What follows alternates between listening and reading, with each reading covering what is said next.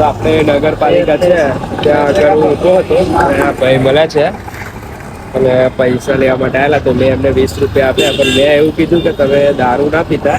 તો એ ભાઈ એવું કહેતા કે મારે દૂધ લેવાનું છે, દૂધ. તો ખબર નહીં હવે દૂધ લેવા જાય છે કે ખબર નહીં.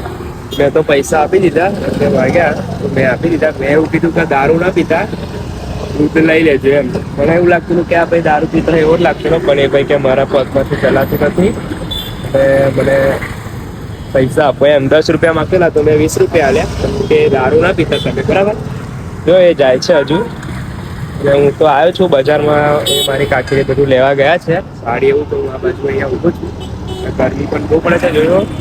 તો આપણે આવા લોકો આવે તો આપી દઈએ છીએ પૈસા. પણ એ ભાઈ મને એવું લાગતું કે દારૂ પીતા એવું લાગતું ને, એટલે એ કે મારે દૂધ લેવાનું છે ચા બનાવવા માટે, કે દૂધ પીવાનું છે એવું કહેતા. તો મેં તો આપી દીધા.